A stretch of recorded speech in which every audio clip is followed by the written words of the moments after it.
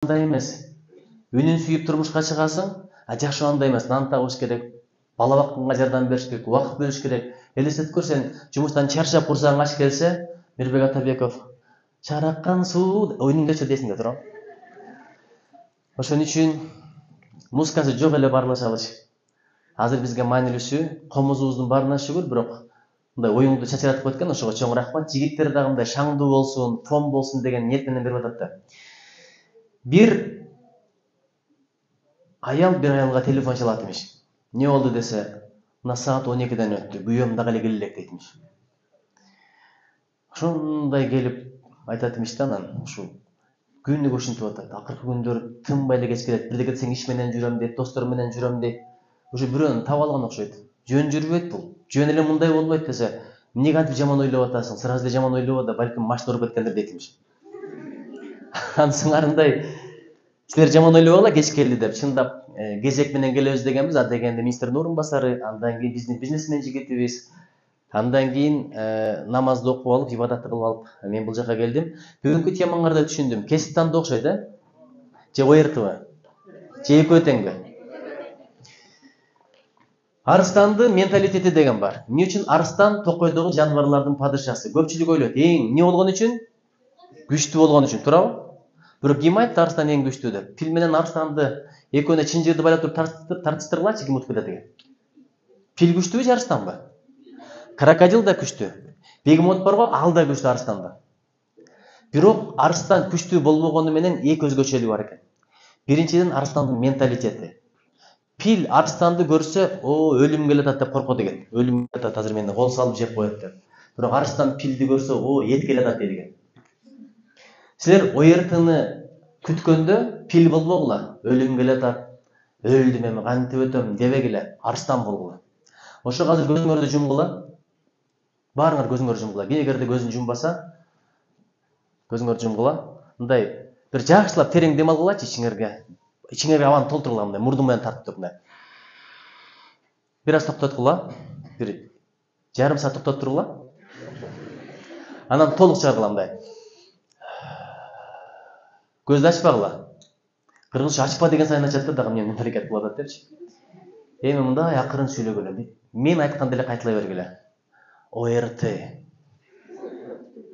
Барсаң, ОРТ дегенде айткандан коркуп атышат. Мындай айтпайсыңар, ОРТ. Мындай ОРТ дейсиңер, калган айткылачы мындай. ОРТ. Келгеле кой дегиле. Куда же денешься? Мен сени күтүп атам. Эжеке булардын курсагы ачпы? Мына эжеке агайлар, эмне үчүн биздин балдар мындай тартынып сүйлөбөйт? Мен азыр айтсам, булар мындай шатыра шатмасын өшкөрөт да, бардыгы мындай да. ОРТ. Куда же денешься? Жарымым эмне балекет айтып ет деп айтпайт ататай. Бизде ошондой да, баягы сабакка кирип, анан кийин кол көтөр дегенде мынтип коюшат да, мындайчы. Анан кийин жооп берет десе, мындай кылып туруп, эл менен кошо озун куратып коет. Биринчи кымышканса, гагарин, чита. Тартынбагыла. Эч качан оюңду тартынбай айта бер. Туура болсо туура, туура эмес болсо туура эмес. Аны менен сени эч ким бешенеге атпайт. Туура эмести урушпагылачы, ошондон биздин балдар чечкинсиз мокок болуп калып атат. Мен Америкада жүргөндө бир эреже бар эле. When student starts talking, please stop talking деген. Бул деген сөз, студент сүйлөй баштаганда мугалим сен токтоп тур деген сөз бар эле. Биздин максат эмне? Студент ойлондуруш, сүйлөтүш, илим билимге ыйгылыш, тажрыйбага ыйгылыш, өзүнө болгон ишеним пайда кылыш, потенциалын ачыш. А бизде болсо дөөдүрбөчү, келдирбөчү, иштеген билбейт экенсиң. Асандан эмнеңке, мунун эки башы барбы, чочко, мээси жок, эшек деп атып, адам айткан сөзүнө амал кыла берет экен. Адамдын клеткалары бар го, кайсыл сөздү уксак, ошого жараша иштеп берет экен. Эшексиң десең, 3-4 чейин адам өзү таң калат экен. 5-синде көнөт экен, 10 жыл айткандан кийин 11-чи токтоп туруң дейт экен. Эмне десем мен эшекмин деп айтат экен. Ошон үчүн балдарга жаман сөздөрдү айтпайлы. Сен айтматсың, сен Пушкинсиң. Билесиңер, Пушкинди дагы адам болбойт дегендер болот. Мына свет ойлоп тапкан ким эле? Ким эле? Томас Эдисон. Ошонун апасына келген катты билесиңер, көңүр окугансыңар. Балаң жарабайт, өзүң окутуп ал, бул интеллект жетпейт дегенде баласы эмне окуп берген? Балаң өзгөчө экен, акылман экен, даанышман экен, потенциалы башкача экен, муну биз окута албайбыз, акылыбыз жетпейт, өзүң окутуп ал деп окуп берип койгон. Көрдүңбү апанын сөзү? Мен бул жака келатканда көптөн бери кино көрө элек болчумун, бирок кечээ 2 күн мурда бир кино көрдүм. Кандай кино айтып берейинби? Сила мечты деген. Джессика Уотсон деген естіп қойғылайшы. Джессика Уотсон. Уотсон, W өткенде біздің бір депутат айтты ғой, W. Есіңізде бар ма? Ошол W менен жазылат Уотсон. Уотсон. Ал Джессика Уотсон деген австралиялық, азыр қаншаға шығып қалды білем, 93 жылғы қыз да, 20-ға шығып тұр. 16 жашында Австралиядан шығып, шығыс жаққа бағыт алған. Тынч океан менен өтіп, қайра Атлантика океанына өтіп, Инд океанына келіп, қайра Тынч океанына келіп тұрып, 210 күндө бір яхта менен дүйнө жүзүн айланып шыққан. Космонавттар қарағанда дүйнөнү айланып шыққандар аз екен. 16 жашында елестетіп көр, ким 16-ға шықты, ол өтірілеші. 17-ге шыққандар бар ма? 18-ге шыққандар бар ма? Сілер аны көрсеңер айтпасыңар да, қарыңдар, кішінекей қыз, сестренка деп қалмақсыңар да. Ошол 16 жашында жер шарын айланып шығып, кішінекей яхта. Аны менен мен Австралияның жегіне бір 30 метрден аршыға кетмеген емеспін. Кішінекей яхта. Тоодой толқындар, 3 толқын бір келген ұшырып болған екен. Апасы мен атасы жоғалтып алдық деп, связь жоғалып, жер суға бір чөгіп 5 метрден, ошол жақтан сигнал келген екен, қызың бүтті деген. Ошондо атасы мен апасын ыйлаган жер бар, киноны карасаңар. Кантип ошол жер шарын айланып чыкты. Эң башкысы анын өзүндө эмес, атасы менен апасында. Биринчиден деңизге барып эс алган, яхтага түшүргөн, кайыкка түшүргөн, кемеге түшүргөн кыздын деңизге болгон сүйүүсү пайда болгон. Бара-бара атактуу инсандар эки айланган. 11 жашында максат коюп атат. Мен жер шарын кеме менен айланган эң жаш кыз болом деп. Ага чейин бала айланган экен. Эң жаш кыз болом. Элестетип көрсөңөр. 11 жашында максат кылып атат. Дептерге жазган экен, планын түзүп, мен мынча жашта мынтем, тиги жашта мынтем, мага бір тренер керек, мага бір спонсор керек, атам мен апам бул жагынан жардам берсин. Апасынын өзгөчөлүгүн карасаң, жанына отургузуп алып, кызына жаздырып атат. Мен дүйнөнү айланып чыккан биринчи жаш кыз болом. Жаздырып атат. Канчалык жазган сайын мээге кире берет. Адамдын клеткалары сен кандай сүйлөсүң ошондой иштеп берет. Ошон үчүн силер көп эле сүйлөй бербегиле, мен стресс болуп атам деген. Стресс болбосоң дагы стресс деген сөздү уккандан мээ айтат экен. Өзү айтып калды, эми стресс болуп коелу деп туруп бүт органдарга буйрук берет экен. Анан стресс боло баштайт экенсиң. Өзүнчө эле мынтип эле эжеке, мына эжекелер отурат. Стресс каяктан болот булар? Биздин убакта 2 мал чай жеп элек, туурабы? Бири нам менен чай болчу, бири тамак болчу. Азыр 3 мал тамак жейт. Кафе таппай, бирөөнүн үйүн жалдап алып, бети башынан өп, пара деле эмес, таткалимди кылып атып, үйүн таап алып, анан кийин мугалимдерден жашынып барып туруп отурушуп калат элек. Азыр жерде кафе толтурат. Айланайын, таласка барыш үчүн эртең менен чыгат элең, ашып барса 2 автобус кетет эле, туурабы? Тыгылган бойдон кетет элең. Адамдар тыгылгандачы, автобус уйдай дем алат болчу кадимгидей. Азыр чыксаң машиналар кетип атат, ар бир үйдө 2 машина. Тамактар бизде аз эле болчу, каткандан, же жумшактан, же загыранан, же буудайынан. Анча-мынча варенье болот эле. Билбейм, бал, сары май дегендер бир сезонда эле болот болчу. Азыр кышта барсаң деле нарындын чокусунда сөз банан менен коет го. Дасторкондо банан сөзсүз болот. Мен бананды кийин эле жедим. Бир 17ге чыкканда жедим окшойт. Жегенде мына жаман болгонмун, самынга окшош экен. Азыркылар жебегениңер жок. Ушунчалык сонун заман. Дагы деле стресс болуп атам. Кокус, оранже, бада келгенде уюң келбей калса, сен кичинекей дебейт эле, апаң бар таап кел дейт болчу. Таппасаң келбе дейт болчу. Ызылдаган бойдон кетчи эле, кетип атып, ойноп, үйдү да унутуп, келип алып топоң жейт элек, анда деле стресс болбойт элек. Азыркылар эмнеге стресс болуп атат десе, ушунун баарына соткадан болуп атат да. Соткадагы клиптерди көрүп атасыңар да, туурабы? Бир эле сюжет. Бир кыз, бир жигит. Экөө таанышат, кетип атып, бири-бири көрүп калат. Көз караштар башкача, мындай го, мен кызымдан ушинтип атам. Мындай деген бар экен го, ошо мен билбептирмин, кызым мындай кылса мен деле жүрөт, мынтип коет. Анан эле сүйүшүп калат, бактын түбүндө турган болот, кол кармашып алып фонтандарда жүргөн болот, жаркыратып кечки Бишкекте жүргөн болот, көлгө барган болот, каяктан акча таап отурушун баарына билбейм. Анан эле бир карасаң, экөө таарынышып кеткен болот. Же кыз жигит көрүп калат, бирөө менен жүргөн, же жигит кызды көрүп калат, бирөө менен жүргөн. Анан эле заказ менен сөзсүз жамгыр жайт. Машина менен келсе деле үйдө отурса деле жамгыр жайт, анан отура бердим төлөч. Көз жашым. Мен биякта отуруп чала болуп тур дедим. Сени бирөө жүр дедиби? Андан көрө кесип тандабайсың, окубайсың, спорт менен машыкпайсың деген киши жок. Анан апасы бирдеге жумса, аны да укпайт. Жастыгын кучактап алып жаткан болот. Же бир жумшак оюнчугун кучактап алып, аяк оонап, бияк оонап. Андан же пайда жок. Апасын дагы жылат, атасы дагы жылат. Ошо клиптердин баардыгын көрүп алып, биздикилер туура айт экен да, романтика. Сөзсүз жүрдө ошо кол кармашып алып жүрүш керек экен да Бишкектин кечилеринде. Анын баардыгы көрсөң романтика, жасай келсең романтика эмес. Отуруш болгон сайын эми кантип алып барам, акчаны каяктан табам, туулган күнү болсо дагы каяктан табам, каяктан да жүрө калдым эле. Анан башка жакшынакай кыздар көрүп калсаң каяктан да баштап алдым эле. Ошон үчүн жөн эле жүргүлө, азыр кимди сүйсө айтып берейинби? Китепти сүйгүлө. Илимди сүйгүлө, спорту сүйгүлө. Анан кызыма берем деген гүлүңдү апаңа бер, белегиңди эжеңе бер. Карындашыңа бер. Кыз деген ушундай болот.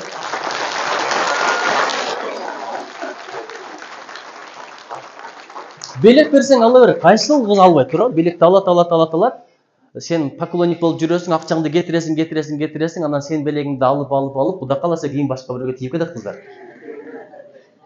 Чын, мен деле башыман өткөн андайлар. Ошон үчүн банкрот болбой, азыр инвестицияны туура кыл, багытты туура ал. Баары бир азыркы сен сүйгөн кыз сенин жеңиң болот, башка шансың жок. Бишкекке барасың, дароо эле сүйгөн күйгөндөн баштайсың. Ромео менен Джульетта китепте аягы келип өлүм менен бүтүп атпайбы? Сен китепти сүй, илимди сүй. Илим, китеп, спорт менен даражаң көтөрүлөт, ошондо дагы выбор кеңирээк болот. Кадырың өсөт, эркек кишинин өзгөчөлүгү ошондо. Кыздарыбыздын бүгүн чуркаганын көрүп өтө ыраазы болдум. Мен мындай жүздөрүндө нур, өздөрүнө болгон ишеним, спорт менен машканы көрүнүп турат, окуганы көрүнүп турат, адеби көрүнүп турат, ыйманы көрүнүп турат. Ошондой кыздар төрөгөн балдар башкача болот, Кудай кааласа. Мен бүгүн жанымда бойдок жүрөт эле айттым, арасынан карап көрбөйсүң, мен сүйлөшүп берейин деп. Чын, куда болуп келсем, кубалап чыкпасаңар керек. Ошого берекелерим, стресс деген сөздү унуткула. Жашоо бул жыргал. Кайра көздү жумгула. ОРТ дегиле, мындай баягы ОРТ дебегенде дерскет кыла, ОРТ. Come here дегиле. Come here, кел бияка деп, иди сюда деп. Я тебе порву дегиле, макулбу? Ошондой, майрам күткөндө күтпөйсүңөр ОРТны. Кудай кааласа, айткыла, это мой день дегиле. Это день моего триумфа дегиле. Мен пикке чыккан күн дегиле. Мугалимдер берген илимдин эгинин зарын бере турган күн дегиле. Мындай татал сөздөрдү эмнеге айтып тастап атасыңарбы? Азыр кичинекей кызыма да татал сөздөрдү айтам. Эмне үчүн азыркы балдардын тилдери орусча чыгып атат? Бүгүн акимиятка кирсем, кичинекей эле кыздар орусча сүйлөп атат. Мен түшүнөт элем, Бишкек болсо, же Самара болсо, же Москва болсо, кара буранын борборунда орусча сүйлөшүп атат. Анан ойлодум эле, орус мектеп, балким орус мектептир, баягы билеген кыздар көрдүңөр го? Эжекеси деле орусча сүйлөп атат. Анан айтып атышат, атасы менен апасы орусча билбесе деле балдар орусча сүйлөп калып атат. Эмнеге билесиңерби? Кулакка сиңген нерсе жүрөккө орноп атат, анан дилге чыгып атпайбы? YouTube көрүп атасыңар. Менин да кызым кичинекей кезде ыйлайт болчу. Уят жаман эпизоддор болбосун деп түрктөрдүн каналын, Чожик каналы деп коюп, мультфильмдерди, чизги фильмдерди бир коюп бергенбиз. Аларда мындай адеп кайбай карайт да. Анан көрүп отурчу эле, мындай кичинекей кезинен 3 айынан баштап көрө баштады. 6 ай, 7 ай, 1 жылдан кийин тили чыгып атпайбы? Баба, ben seni seviyorum деп. Оозум ачылып калды. Чоң энесиге сездимиш. Анне ябанчылар келмиш депчи. Эшикке чыгып алып, юлдуздар буланмадым. Айланайын. Ушу кантип болсун? Апасы экөөбүз кыргызча сүйлөй баштадык, орусча сүйлөй баштадык, же тоготпойт. Бизге кайра түркчө сүйлөп, кыз аялым экөөбүз сүйлөшөт. Ben seni seviyorum депчи аялым экөөбүз. Бала деген ушундай болот, сага таасир тие баштайт. Балам түшүнсүн деп биз түркчөнү жакшылап үйрөнө баштадык. Чын, geçmiş olsun деп. Geçmiş olsun. Beğendin mi? Sana diyorum. Buzmuşun dedi. Unutmayısın mı? Sagaytıdan degen sana diyorum депчи. Ne dersin деп. Bir жолу жатып алыптыр мындай. Бул жакта зонтикти коюп койгон. Жанында стакан. Анын үстүнө трубканы коюп койгон. Очкини тагынган. Несе тадыны чикарıyorum дейт. А бул эмне десем, апасы айтып берип атпайбы баягы клиптерде барго, кинолордочу. Жээкте, пляжда жатып алып, рахаттанып атам, майын чыгарып атам деген бар го. Ошонун тадыны чикарıyorum дейт экен түркчө.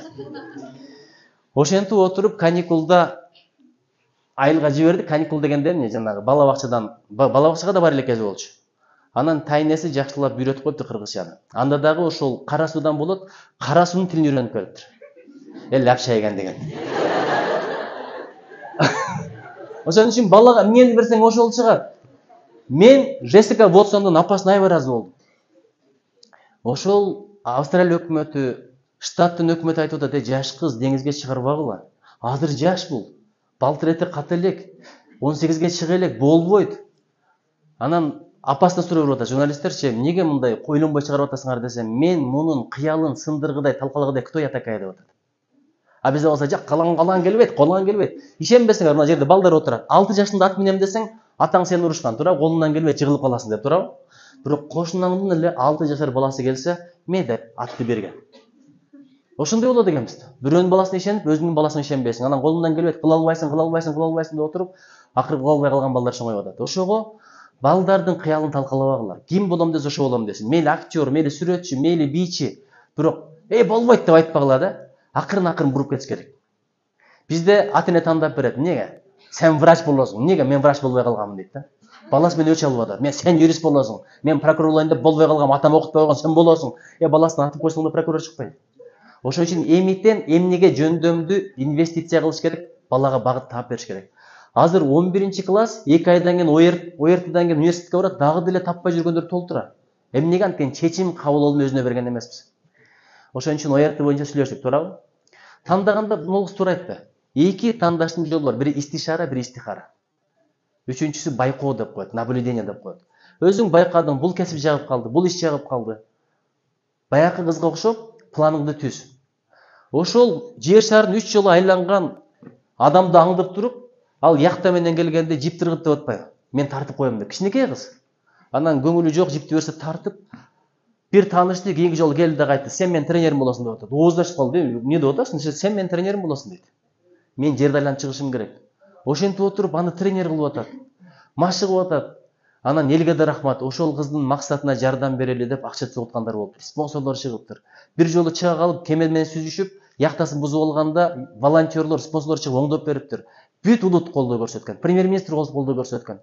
Акыры чыгып кетип атып, анан коштошуп баратат. Яктадагы күндөр бир 10 күнчө шамал болбой бир жерде туруп калган. Ошондо жаман эле айткан да мен. Не одиноко депчи. Апа сүйлөшчү менен деп. Ошончалык кыйналып турган мезгилде апасына айткан сөзүн кара. Кызым дейт, асманды карачы дейт. Караңгыда. Карадыңбы? Эң жаркыраган жылдыз кайсыл экен дейт. Таптыңбы? Таптың. Ошол мен дейт. Ошону мен менен сүйлөшчү кызым. Мен сен менен дайымамын. Дайыма жаныңдамын. Кызым берекем деп. Биздин апалар айтат го, мен болосун да менин дуам сен менен дейт. Апаларды сыйлагыла. А дегенде ичинде көтөрөт, анан колунда, анан жөнүндө өмүр бою жүрөгүндө көтөрөт. Мен азыр депутатмын. 46-га чыктым. Апам кадимкидей акча берет. Балам, айлыгың мынча. Аялым эсептебейт, аялым только давай. Давай. Кичине керек болуп калды, давай. Аялга бересиң го, кайра келбейт ал акча. Непильная система деп коет. Мисалы 3000 сураса, 3000 3000 бербей, эркек киши айкөл болсо керек. Жок дегенде 4000 берип кой. Бирок 3000 сураса, анан сдачын бересиң да 10.000 берип койчу, 7000ден айрылдың го мен Аллах бар. Эсептеше келсең утулуп каласың. Атасы, биздин деле менет бар го, тигил эле, бул эле, мен бияка төлөдүм, аяка төлөдүм, өткөндө карыз болгонсуз. Мен 1 тыйын албайм, эсептеше келсе эле бир 15.000ден кем эмес карыз болуп калам, аялмачы. Аял туура эмес болсо эмне кылыш керек? Эжекелерден сурагыла. Эмне кылыш керек? Аял, экөөң талаша кеттиң, 100% ал туура эмес, сен туура. Эмне кылыш керек? Ким айтат? Макул болуп коюш керек. Экинчи, эмне кылыш керек? Унчук баш керек дагы. Доказать этиш керек, туура, талаш керек. Как это так? Эркектердин укугун ким коргойт? Ошентип атсам бир литовка айтып калды. Анда мен бойдок кезде, силер бойдок кезде бир кыялыңарды билем, кандай айтып берейинби? Азыр эң чоң кыялдарыңардын бири да мындай да, кыздардын түрүнүн. Менин будущий мужум кандай болду экен, а? Кыздар, жигиттер өзү эле жыргап жүрөт, мынтипчи, принцесса, королева, моя будет такая депчи. Балким жанымда жүрөт, каяктан билесиң? Алла Таала буйруган пешинен качып келет, бирок ошол өзү жыргалды, мен аялым кандай болот дегенде өзүнчө эле бир кыйналып турган мезгилде, бирок сураныч, ОРТүгүн айтпаган ойлонбогула, макулбу? Ошентип отуруп, ошондой мезгилде бир литовка эже менен сүйлөшүп калдым. Аябай акылдуу болчу. IQ-су жогору, сүйлөшүп аябай бааладым дагы, эже дедим, мен үйлөнөйүн деп атам. Кандай кыз десем, бир нерсени айтты. Алар да башкача да, сен деди, шаардын четинен барашный типтеги үйдү танда деди. Мен айылдык эле болом, бирок шаардын четинен деди. Шаардык кыз болсо керек да өзү, эже болсо керек. Аябай мындай шарт начар болсун деди.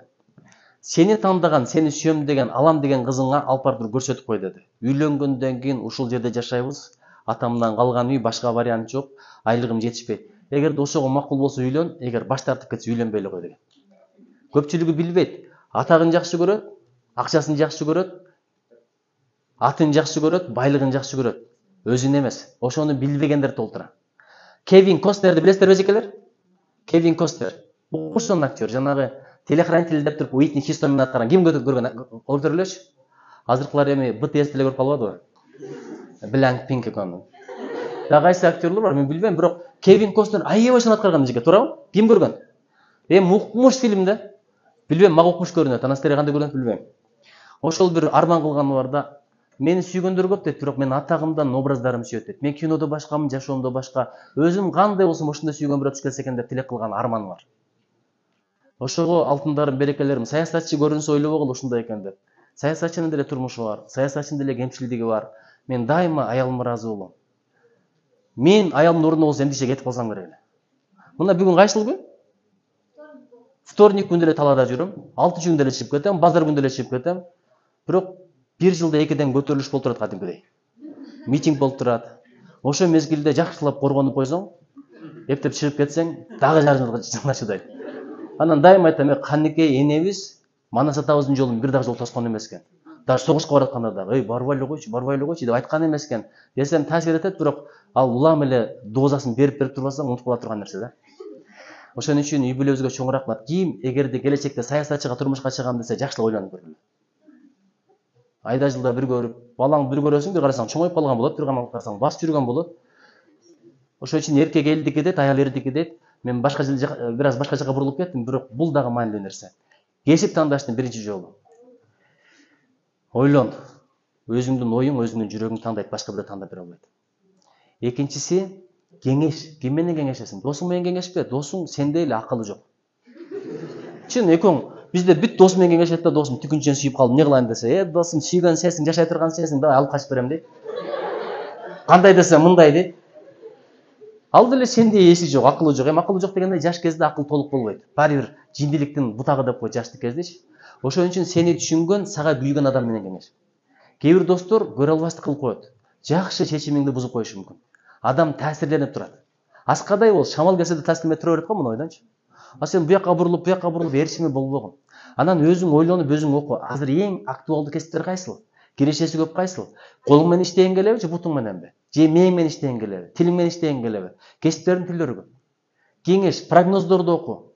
Кайсыл кесипке кызыгып аткан болсоң бар, волонтер бол, врач болгоң келсе, доктурларга жардам бер, врачтарга. Юрист болгоң келсе, прокуратурага бар да, аларга жардам бер. Кыла турган иштер толтура.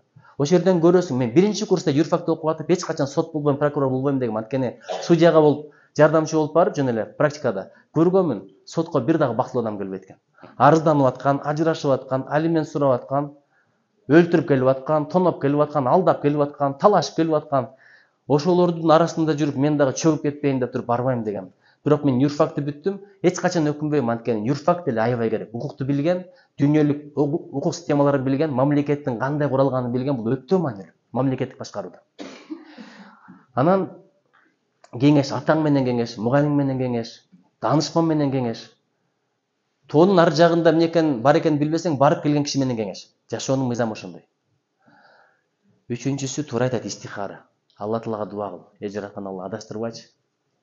3 нерседен адаштырбаш керек. Үйлөнгөндө адашпа, анткени начальнигиң жакпаса ал кетет же сен кетесиң. Досуң жакпаса үйү бөлөк. Аялың менен, күйөөң менен келише албасаң, 24 саат бою жанымдасың, бир үйдө жашасың, бир төшөктө айланайын. Кудай сактасын. Ошон үчүн аялыңды жек көрүп дейт, жамандыктырып атпа дейт. Жаман аял болсо да жакшы жагын издей бер дейт. Жакшы дей берсең, жаман да жакшы болуп кете берет. Ишенип коюңуздар ошого. Эгер аялың мындай токтоо болбосо, мынтип тура бергендер, аябай токтоосуң, кантип көтөрөсүң ушуну? Сонорун мен десин, ошондой токтоо болуп кетет. Мен өзүм өтө шустр эле болчумун. Ошондой шустр, бардык жерде эле ядро, ушинтип эле центр внимания болуп иштеди кезимде, максимализм болуп жүргөн мезгилде бир американка курсташым еврей болчу луту. Орусча бир аз билет болчу, Америкада жүрсөм. Знаешь, дейт, мен ты такой спокойный дегенде. Ошондон баштап спокойный болуп жүрөм, азыркыга чейинчи мындай. Ошо сүйлөшкөндөн кийин уже баскан өзгөрүп калыптыр мынтип. Башка ошол жолугуп калса, телефон чалып калса, как дела дейт болчу. Көрдүңбү, тарбиялаштын жолдору көп. Андайсың, мындайсың дей бересиң, жеңелер деле жинди келет.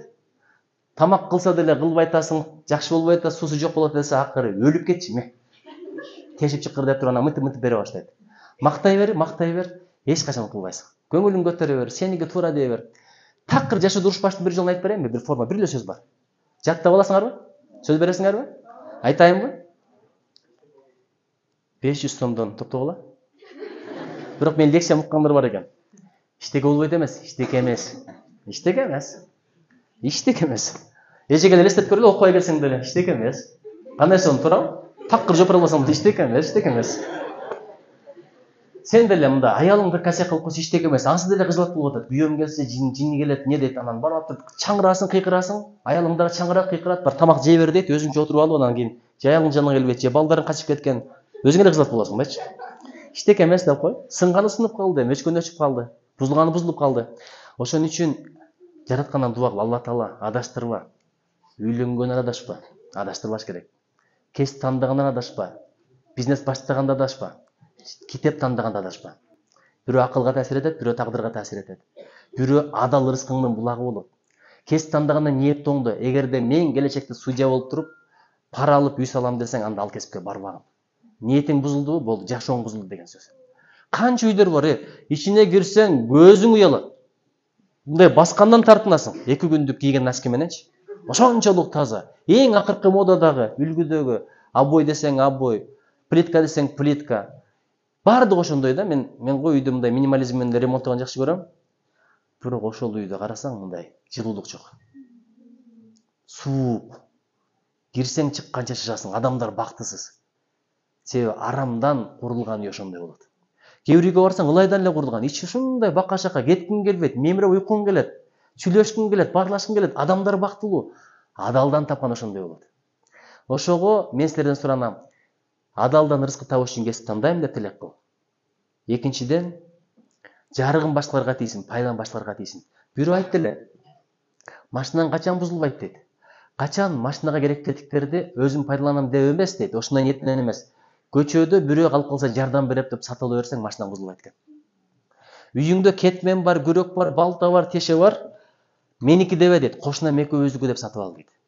Кошунаң алып кетип бербесе, кошуна адам болуп эмесми, уят эмесми? Алып кеткенден качан, алып келип бербесиңби? Деп айтпаш керек экен. Калса калып кетсин, дагы бирди алып кой. Ошондой үйлөрдө береке болот. Берешинтиги балдарды үйрөтөлү. Ошого дуа кыл. Жараткан, туура кесип тандашка насип эт мага. Туура пикир бер, туура акыл бер. Адаштырба, шерменде кылба. Ошонун берекесин бер деп тиле. Береке деген аябай жакшы нерсе да. Бирөө күнүгө 30 000 сом табат экен. Азаматсың десем айтып атпайбы, бирок берекеси жок болуп калды. Эмне десем, азыр катуу ооруп атам дейт. Ошонун баары леченияга кетип атат дейт. Бирөө бала тилеп жүрүп, бир балалуу болду, береке берген экен, 10 баладан ашык. Эмил деген мен бир иним бар. Тапкан иним. Күйүмлүү десең күйүмлүү, табарман, семенин, атасын апасын ушунчалык кайрымдуу, иштерман, адептүү. А кээ биринин 10 баласы бар, береке жок, бири түрмөдө, бири көчөдө, бири арак ичип кеткен, бири кабар албай кетип калган. Ошон үчүн кесиптин да берекесин тилегиле балдар. Жакшыны тилеген Кудай берет. Анан дагы бирдекен айтайынбы? Ушуну мен акырын бүтүрөйүнчү. Бир бала силердеги кезинде, жок силердеги кезинде эмес, балким 10 жаш, 11 жаш, ошол мезгилде кырсык болуп, кулагынан ажырап калган экен. Же төрөлгөндө кулагы жок чоңойгон төрөлгөнбү? Айтор ушул бир 11-12 жашында ушунчалык ыйлайт. Анткени ошол мезгилде билесиңерби, баягы чачтарды мынтип баштаган мезгилде деп туруп мындай. Кыздарга көрүнө баштаган мезгил, переходной возраст, үн өзгөрүп, мындай өзүнчө элечи мындай. Байкасаң, классташтар деле кыздарды көргөндө жасалмабас болот, мындай болчу.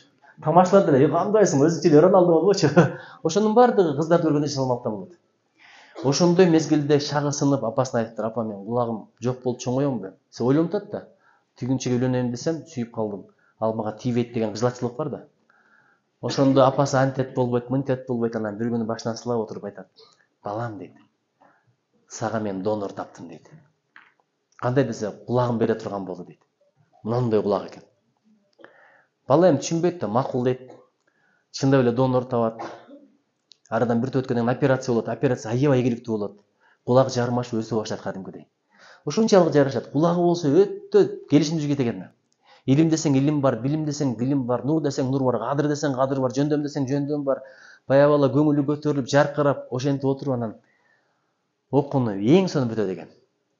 Сону престиждүү окуу жайга тапшырат экен. Анда бүткөндөн кийин дипломат болот экен. Дипломат болгондон кийин тышкы иштер министрлигинде иштеп атып, аппараттын иштеп атып. Андан кийин чет өлкөгө кетет экен. Ошол жактан келип үйлөнөт экен. Аялын алып кайра кетет экен. Апасына акча жөнөтүп турат экен. Бир күнү кабар келет экен. Тез келе калды экен. Эмне болду десе, апаң каза болуп калды деп. Байкуш түн менен учуп келет. кирсе апасынын сөөгү коштошоюн деп. Апасы дайыма жолукта жүргөн айыл экен да. Баласына дагы жолукчан көрүнчү эмес экен, жолуксуз көрүнчү эмес экен. Бирок денени жууп аткан мезгилде жолугун алып коет эмеспи? Ошо мезгилде караса апасынын бир кулагы жок экен. Апа сага көзүн бергенге даяр, кулагын бергенге даяр, өмүрүн бергенге даяр. Менин апам ооруп калганда айтат болчу, садаган кетейин, ушулордун кылып мага берип койсо экен деп. Мен ата болдум.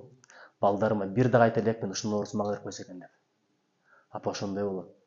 Чындап адашпайм десең, атаңдын, апаңдын батасын ал. Азыр бар дагы колунан өп бешиңе тийгиз. Атаке жакшы көрөм деп айтып кал, апаке жакшы көрөм деп айтып кал. Бүгүн бар, эртең жок дүйнө. Алла таала билет, балким кепинибиз тордой сатылып аткандыр. А сен жүрөсүң, 10 жылдан кызматымды кылам, 20 жылдан сыйлап алам. Жок. Эмитен кызматыңды кыл, массаждап бер. Апаке кошаматты кыл, урушуп койсо көтөр. Атаң менен апаң ыраазы болсо, эки түрдүү адам дейт, ырыскысынан такыр камсынабасын дейт. Биринчиси ким десе, атасын, апасын сыйлаган адам дейт. Не кылса деле жашооңдо береке боло берет экен. Тапканыңда берекелүү, кадырыңда көтөрүлө берет, ырыскыңды арта берет. Ырыскы деген акча эмес. Акча эле эмес, ырыскы деген кадыр бар, илим, билим, кесип, жакшы үй бүлө, жакшы дос, адал, жакшы мындай бүт бардык ырыскы, ден соолук. Ошолор дейт, атасын, апасын сыйлап ыраазы кылгандар ырыскысынан камсанабасын, береке болот дейт. Дагы бир түрдүү адам ырыскысынан такыр камсанабасын дейт. Ким десе, атасын, апасын капа алган адам дейт. Не кылсаң деле, миллиард тапсаң деле береке болбойт экен. Бир жагынан тапсаң, бир жагынан тесип чыгып кете берет экен. Ошон үчүн аталардын, апалардын батасын алабыз. Андан кийин мугалимдердин батасын алабыз.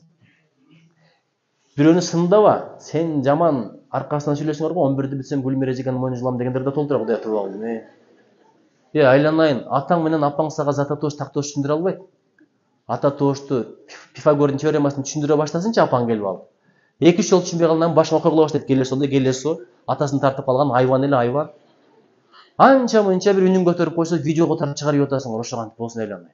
Мугалимдин шагын сындырып койсоң, мугалим мейли экинчи менен урушпайт, атаң менен урушпайт, бирок жүрөгүн жаап коет. Сага жакшылык каалабай кылат. Билесиңби, билбейсиңби, окуйсуңбу, окубайсыңбы, баары бир болуп калат. Ошон үчүн мугалимди сыйлагыла, кошаматты кылгыла, кызматын кылгыла. Көңүлүн жибиткиле, жолуң ачылат Кудай кааласа. Азыр мындай кылабыз. Бирөөнү сен жаман деп сөмөңдү көрсөтсөң, 3 манжаң өзүңдү көрсөткөн, өзүң 3 эсе жамансың деп. Эч качан эжекелерди мынтпегиле, бириңи да бириң мынтпегиле. Мактаганда мынтип мактайсың, азамат, кыйын жигит депчи. Жамандыгын айтасың, сен депчи. Азыр бирибизди көрсөтүп коелучу, кандай кылып көрсөтөбүз? Мындай. Каласаң аякты көрсөт, каласаң буякты көрсөт. Мындай колду иштеткилечи кандай. Ким жакшы? Ким жакшы мындай? Кыргыз тура эле мынча эле мындай. Ким жакшы? Кол менен көрсөткүлөсү мындай. Кара, бир эле адамды айтасыңар да, ким жакшы десе мынтип. Мынтип койгула мындай, баары мындай. Ким жакшы? Ким жаман? Бир эле адам жамандай. Жаман адамды кантип табыш керек айтып берейинби? Күзгүнү карасаңар. Сен жакшы, мен жаман деп айтабыз. Сен будай, мен саман. Ошентсеңер жашоодо эч качан уруш болбойт. Эмне үчүн үй бүлөдө уруш? Сен күнөөлүү, мен күнөөлүү эмесмин. Сен жаман, мен жакшы. Ошондон уруш чыгат. Сен жакшы, мен жаман деп койсоң уруш чыкпайт. Ошого берекелерим. Мугалимдерди кандай көрсөтөбүз аркасынан? Мынтесиңерби? Ким жакшы? Эжекелер жакшы. Тура, кол көтөрүп коелачы, оң жактан. Эжекелер көрсөтүп коелачы. Ким жакшы? Мына эжекелер кара.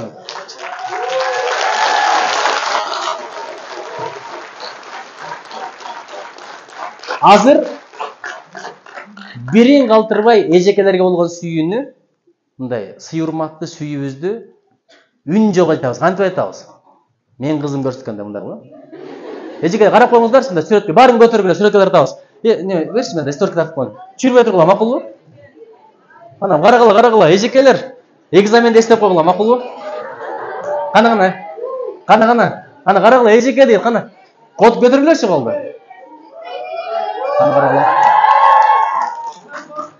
Азыр бир кол менен көрсөттүк, эми 2 кол менен көрсөтөбүз. Биз эжекелерди кандай кылабыз? Кандай көрөбүз? Мындай. Көтөрбөгөндөр да көрүп атам. Эжекелер, карап коюңуздар, ким көтөрбөсө 2 коюңуз. Кана? Эжекелер, ушунун бардыгы сиздерге. Эжекелер.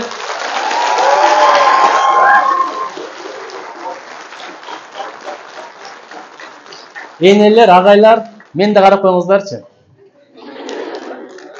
Мен кызым айтат го, мындай да бар экен го, мындай. 2 кабаты бар экен айланай. Бирок абайлагыла. Ушинтем деп атып мынтип албагыла, макулбу? Аравияда болгонмун, Умрада да, Ажыда да. Алар мындай. Машина менен мас түшүп кетсе деле мынтип коюп кете беришет. Ачып келгенде мындай. Эч ким унчукпайт. Кыргызстанда ошентип көрсө, түшүп калып машинадан. Мушташып кетет. Сен кимди кыстырып атасың? Ошон үчүн Кудай кааласа, тандайсың кыжылат болбо. Эгер сен тандасаң, кыргыздын жигиттери, кыздары, сен өзүңдү билбейсиң. Мен сен деп сүйлөйүнчү, мындай силер десем, чындап машина менен баратканда алдыңдан уйлар өткөндө сигнал бергин, тоготпойт. Уйлар мындай өтөт аткан, мындайчы. Мындай батыраак басып койсо да ыраазы болосуң, антпейт да, мындай сигнал көрүп мынтип кетпейт да, мындай. Эчтеке. Эмнеге ошентет десе көрсө, уйлар биз көп адам кетип атабыз, кимибизге чалып атат, бир Алла Таала билет эткенде. Мага эмес деген сөз келет экен да. Ошон үчүн мен дайым айтам, Кыргызстанды ким өнүктүрөт? Биз эмес. Биз десем эртең келип сурайм 10 жылдан кийин. Айтпадым эле десем мен биз деген бияктагылар эле отурган, сонун традиция турабы? Ошон үчүн мындай мен деп айтты, мен өзгөртөм Кудай кааласа. Өзүм өзгөртөм, салым кошом, башка менен ишим болбосун. Сүйлөштүкпү? Кыргызстанды мен сен деп кайрылайм ошон үчүн. Айланайын. Айгүлсүңбү, Нургүлсүңбү, Нурбексиңби, Канатсыңбы, иши кылып, ар бириңди кайрылып айтып атам. Сен өзүңдү өзүң билбейсиң. Канчалык жөндөмүң бар билбейсиң. Уктап жатат. Канчалык талантың бар билбейсиң. Сен канчалык жакшы адам экениңди да билбейсиң. Сен өзүңдүн ички сырткы сулуулугуңду да билбейсиң. Мен көрүп келген адаммын. Япондордо сендей сулуу жок. Америкалыктарда сендей сулуу жок. Бирок аларда өзүнө болгон ишеним бар, бирине бири болгон колдоо бар, бири-бирине болгон шык бар. Сен дагы шыктан, колуңдан келет. Илон Маск деле сендей эле. Цукерберг деле сендей эле. Пушкин деле сендей эле. Есенин деле сендей эле. Азыркы Джек Ма деле сендей эле. Эгер сен аракет кылсаң, алардан да мыкты болосуң. Колуңдан келет. Сен эң мыктысың, эң татынакайсың. Нарктуусуң, барктуусуң, куттуусуң, эстүүсүң, тектүүсүң. Болгон аракет кыл, максатыңды так кой, тилегиңди ак кой, бирок аракетиңди ошого жараша бап кой. Келечегиң кең болсун, ыкыбалың ала тоого тең болсун. Чоң рахмат карабыра. Салам алейкум.